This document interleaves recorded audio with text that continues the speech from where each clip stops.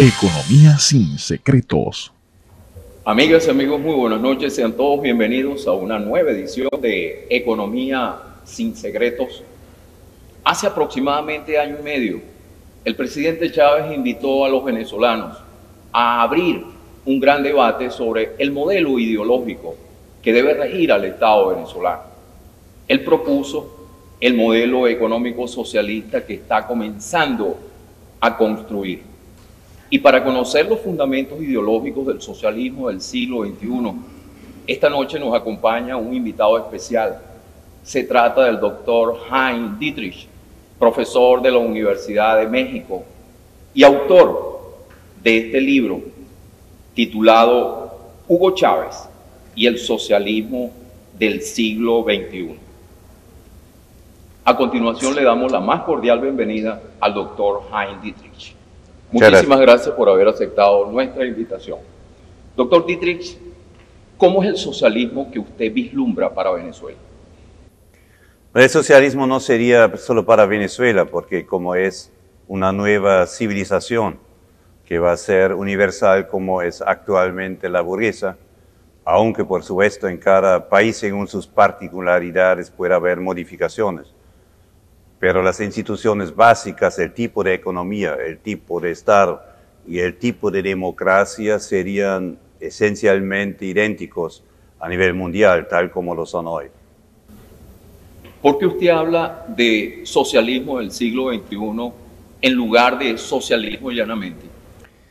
Porque a mí me parece que ha sido un serio error pensar que el socialismo que se constituyó en la Unión Soviética con Lenin y después se extendió a Europa y a otras partes, que esto fuese algo inamovible, como si pudiera haber algún fenómeno en el cosmos que no tuviera evolución, y evolución significa cambio, de tal manera que en 70 años, cuando hay nuevas condiciones objetivas, la forma de organizarse social, cultural, políticamente, etc., necesariamente se modifica con el cambio de esas condiciones objetivas.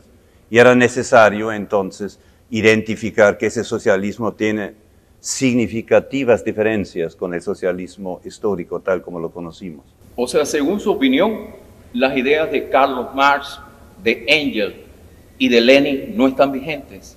Sí son vigentes, pero obviamente hay diferentes cambios. Cuando Marx existía, cuando Lenin existía, no había computadoras. La productividad del trabajo era muy diferente.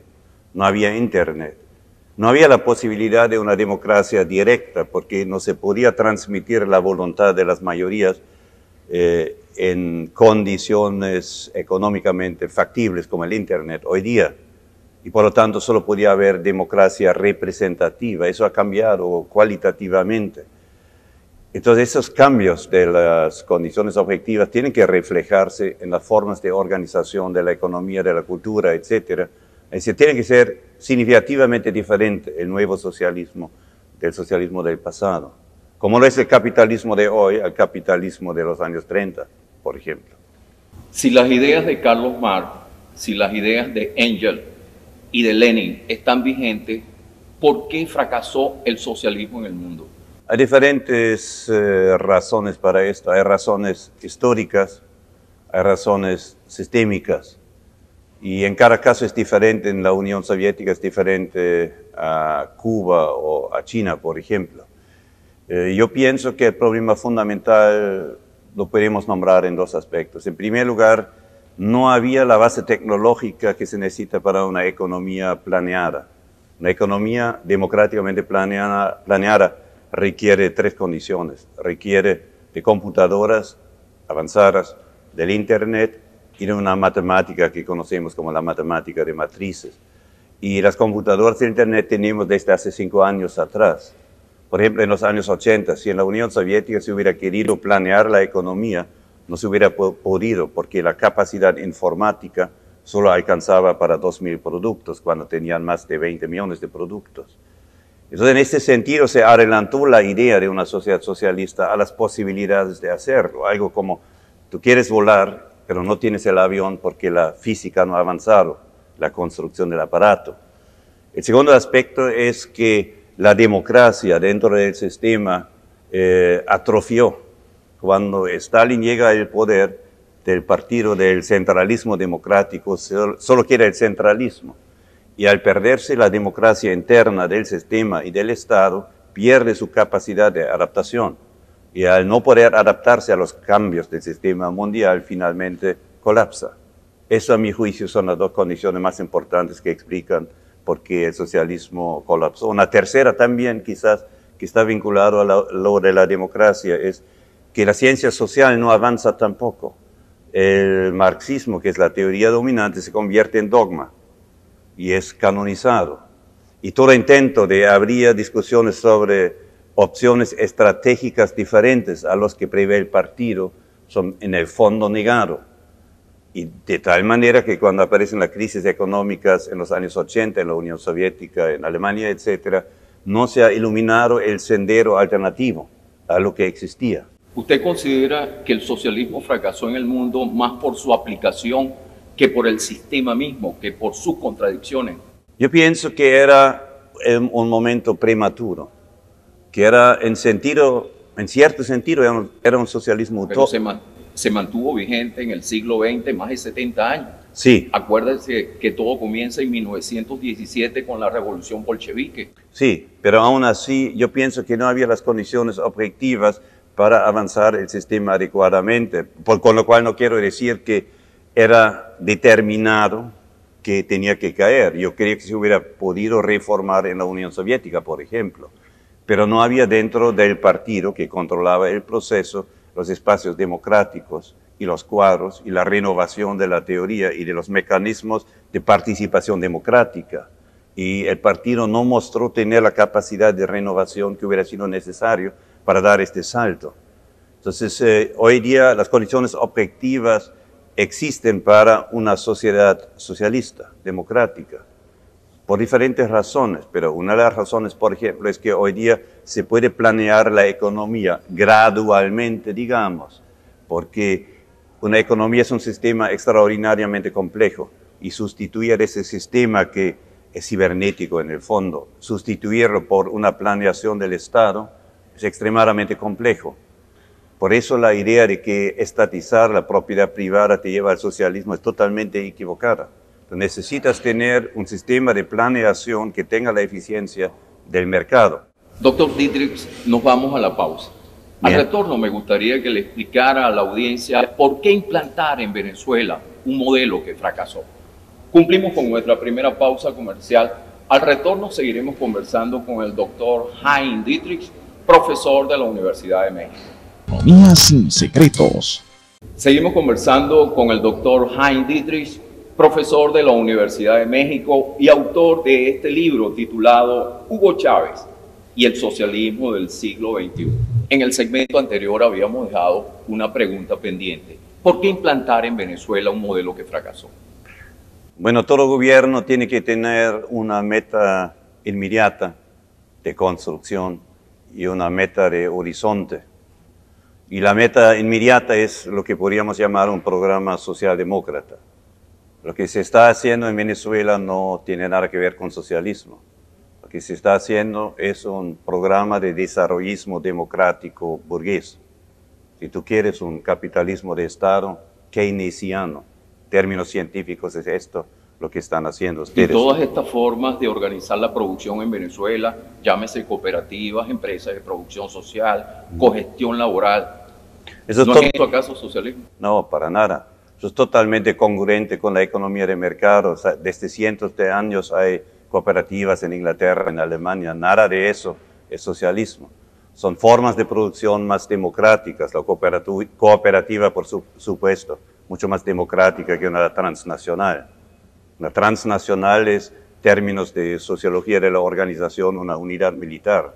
En lugar del general tienes un director general, pero las líneas de mando son verticales. Entonces, la cooperativa es mucho más democrática, pero sin embargo la cooperativa actúa en una economía de mercado y no puede neutralizar la lógica del precio de la ganancia. Por eso tú puedes hacer 100.000 cooperativas y no estás en el socialismo. La economía socialista opera sobre el valor, no sobre el precio. ¿Tiene como propósito la democratización del capital acaso?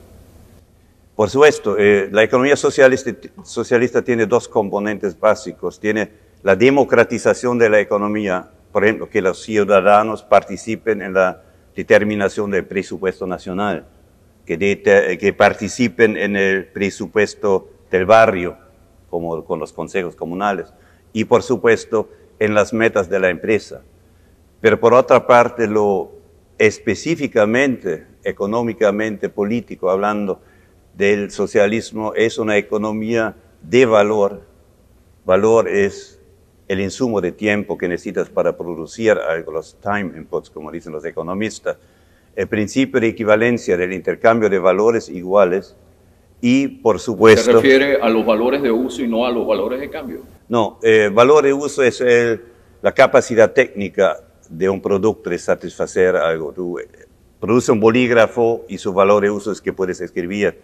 Pero aparte de esto, el producto, el bolígrafo necesitaba, digamos, 5 minutos de producción. Y eso es el valor, es una cantidad de tiempo. Y la economía socialista calcula sobre el valor, a diferencia de la economía de mercado que calcula sobre el precio. Y el precio es un elemento que te permite acumular riqueza, porque el precio lo dicta el que tiene más poder. Es el equivalente funcional del revólver en el asalto bancario. El que tiene el revólver en el asalto bancario se lleva la riqueza, y el que tiene el poder para definir el precio se lleva la riqueza. Entonces, la nueva economía es cualitativamente diferente a la actual. O sea, tú no cambias el sistema actual económico con cooperativas o con la cogestión obrera. Todo eso existe en Alemania. En la Volkswagen tú tienes trabajadores dentro del Consejo de Administración. Pero si la lógica del sistema te define lo que tienes que hacer, no importa tanto si seas trabajador o administrador, etc. Tengo entendido que usted es partidario del trueque. Explíquenos. No. Sí. Ese es uno de las grandes confusiones. Mucha gente piensa que la economía de valor es una economía de trueque, pero esto no es así. El problema del trueque es que, al igual que en el precio, el que tiene el poder determina los términos del intercambio. Yo recuerdo en Argentina, por ejemplo... ¿No cree usted que los precios es la mejor manera de asignar los recursos en la economía? El mejor instrumento. Es un instrumento muy eficiente, muy funcional. Pero eso solo funciona donde tú tienes mercados con capacidad adquisitiva. La economía de mercado, donde no tienes estructuras monopólicas y donde tienes capacidad adquisitiva, es muy eficiente en la coordinación de los flujos de productos y de capitales, etc. Pero en la producción de bienes públicos es un fracaso total. En la seguridad del trabajo, la economía de mercado te mantiene constantemente con el miedo de que mañana tú no tienes trabajo. En el seguro social, la seguridad de tus pensiones, en todas esas producciones que son fundamentales para la gente, la economía de mercado no funciona. Entonces, tú necesitas, y eso es quizás la dificultad, tú necesitas una economía que tenga la eficiencia cibernética de la coordinación de oferta y demanda que tiene la economía de mercado, pero que no sea la ley del colmillo más largo, que deja desamparado al que no tenga poder. Ok, hablemos del valor de uso y del valor de cambio. Todo proceso económico, doctor Dietrich, usted sabe que tiene como propósito fundamental la producción de ganancias, es decir, el valor de cambio.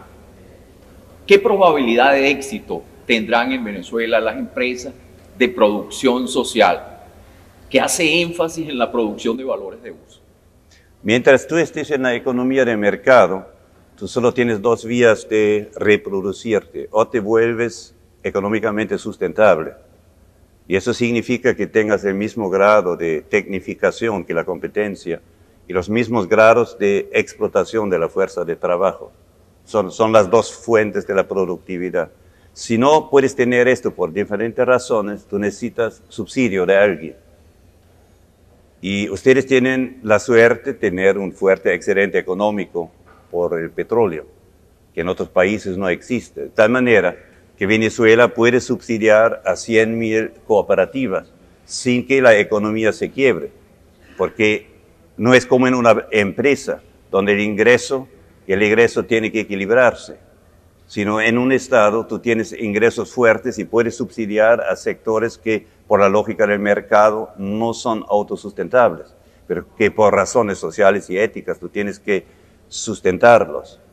Pero esto depende entonces de que tengas un excedente económico suficiente y vea un gobierno que esté dispuesto a financiar una economía de ese tipo. De tal manera, si el gobierno de Chávez se cae por algún motivo, todas las cooperativas se van a ir al diablo, porque el nuevo gobierno va a volver a la argumentación neoliberal y les va a quitar los subsidios. Doctor Dietrich, tenemos que cumplir con nuestra segunda pausa comercial. Decía Adam Smith por allá en 1776 que no era la benevolencia del carnicero, del cervecero o del panadero lo que nos procura el alimento, sino la consideración de nuestro propio interés. Hablando de subsidio, ¿usted cree que un Estado puede subsidiar a todos los ciudadanos todo el tiempo? Cumplimos con nuestra segunda pausa comercial. Al retorno seguiremos conversando con el doctor Hein Dietrich, profesor de la Universidad de México. Economía sin secretos.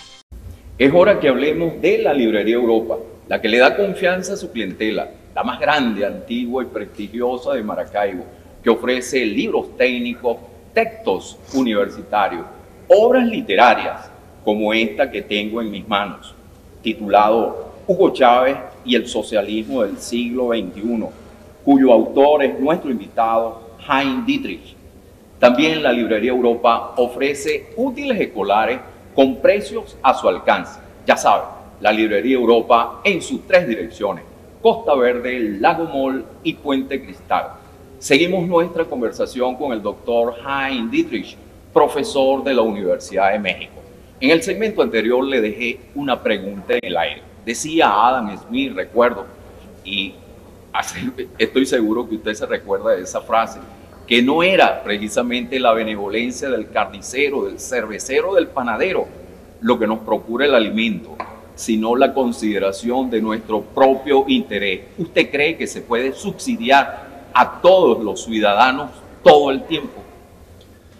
Yo creo que el Estado no tiene la posibilidad de decidir si quiere subsidiar a los ciudadanos o no, porque el derecho internacional es muy claro al respecto, que todo Estado tiene la obligación de garantizar la subsistencia de sus ciudadanos.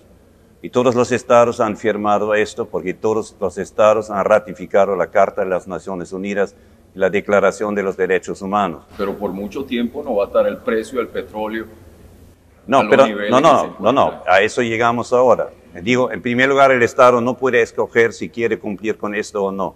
Es su obligación legal y ética. En tercer lugar, la ética empieza con el derecho a la vida. El derecho a la vida empieza con la alimentación. De tal manera, si alguien es candidato a la presidencia... Pero vamos a enseñarlo a pescar, no a darle pescado. Despacito.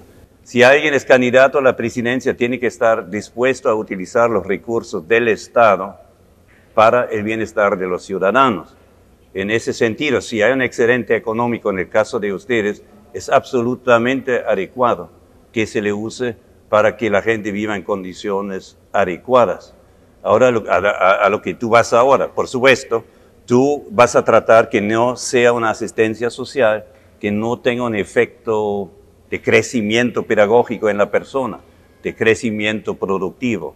Y por lo tanto, tú tienes que invertir ese dinero en actividades productivas. ¿Está de acuerdo que todo ser humano tiene que ser rentable? Toda empresa pública y privada tiene que ser rentable. No, de ninguna manera. Eso es una consigna totalitaria y antihumana. Toda empresa privada tiene que ser rentable, estoy de acuerdo con eso, pero una empresa pública no necesariamente. Un hospital no tiene que ser rentable. Un hospital tiene que atender las necesidades de la gente. ¿Tiene conocimiento que todas las empresas que están en manos del Estado venezolano están arrojando pérdidas menos PDVSA? Bueno, pero si el PDVSA tiene ingresos suficientes y el CENIAT genera un excedente suficiente, no hay ningún imperativo que impida que ese excedente se utiliza para subsidiar otras empresas que son socialmente necesarios. En una empresa privada tú puedes decir, si yo no tengo ingresos que cubren los costos, me voy a quebrar. Pero eso es diferente a nivel de un Estado. Si el Estado tiene ingresos por una parte que compensan pérdidas por otra, y si tú en la balanza final no tienes pérdidas, entonces no hay ningún problema económico en subsidiar a entidades económicas débiles, sean pequeños empresarios, sea gente desempleado. Porque mientras en la balanza final tú no quiebras el Estado y la economía nacional, yo no veo ninguna lógica económica en no usar el excedente de esa forma. Doctor Dietrich, partidos de filiación socialista ejercen el poder en América Latina y en Europa. Está el caso de España en Europa y está el caso de América Latina en Brasil y en Chile. Sin embargo, sus economías son capitalistas. Sí, claro. Esta economía aquí también es capitalista. Pero para ser más preciso, todas esas economías son economías de mercado, donde lo que cambia es la participación del capital privado y del capital del Estado. Esa proporción varía. Y eso ha sido siempre así. En Francia, en los años 60, el 60% de la economía era del Estado. En este caso de Venezuela es muy... Acuérdese que el presidente ha dicho, el que vote por mí, votará por un modelo socialista. De llegarse a implantar en Venezuela un modelo socialista, se respetará la propiedad privada. Es que eso depende de cómo tú defines socialismo. Por eso digo yo, una economía socialista es una economía que se basa en el valor, no en el precio como la actual. Y no hay que confundir medidas sociales con medidas socialistas. Si tú le das trabajo a la gente subsidiada, si tú le das un seguro contra el desempleo, si tú le das una pensión segura, eso no es socialismo, porque si eso fuera socialista, Alemania, Finlandia, Gran Bretaña, Suecia, todos serían países socialistas y por supuesto que no lo son. Son estados capitalistas con economía de mercados que cumplen su deber ético con la gente, pero eso no quita su carácter que son sociedades capitalistas. De tal manera que todo lo que ustedes hacen aquí no es socialismo, es nada más la obligación ética y legal del Estado de utilizar los recursos del Estado para que todos tengan existencias aceptables. Al socialismo llegas tú cuando la economía da el salto cualitativo y eso lo das cuando tú tienes el cálculo del valor en términos de tiempo y no en precios, el intercambio por valor y la participación democrática a nivel macroeconómico, microeconómico de comunidad. Y mientras no tengas esto, no tienes socialismo. Me gustaría conocer su opinión acerca de China. China se aparta del socialismo y se convierte en el emporio actual del capitalismo. Más del 70% del Producto Interno Bruto chino lo genera el sector privado y más del 80% de sus exportaciones las realizan las empresas extranjeras. Ya para finalizar. Sí. Bueno, China es una economía de mercado y usa la vía de modernización que usó Alemania, Japón, los tigres asiáticos, que son sistemas autocráticos que canalizan el capital, la fuerza de trabajo hacia una meta de desarrollo, que de hecho generalmente es la única vía de salir del subdesarrollo. Y eso termina, por supuesto, en una superestructura burguesa. Tú ya tienes una economía de mercado capitalista y eso termina en un parlamento. Alemania ese proceso tardó, ¿qué? 100 años, en Japón también, pero en China va a ser más rápido. Y entonces esto no tiene que ver con socialismo. Bueno, muchísimas gracias. Gracias. Lamentablemente se agotó el tiempo, doctor Dietrich. También tengo que agradecerle al Instituto Zuliano de Estudios Políticos, Económicos y Sociales, ICEPEP, en el marco del ciclo de conferencias Democracia Siglo XXI. Todos ellos hicieron posible la grabación de este programa. Como siempre me despido hasta el próximo domingo, no sin antes agradecerle la atención prestada. Espero que el programa de hoy haya sido de su agrado. Que pasen feliz noche.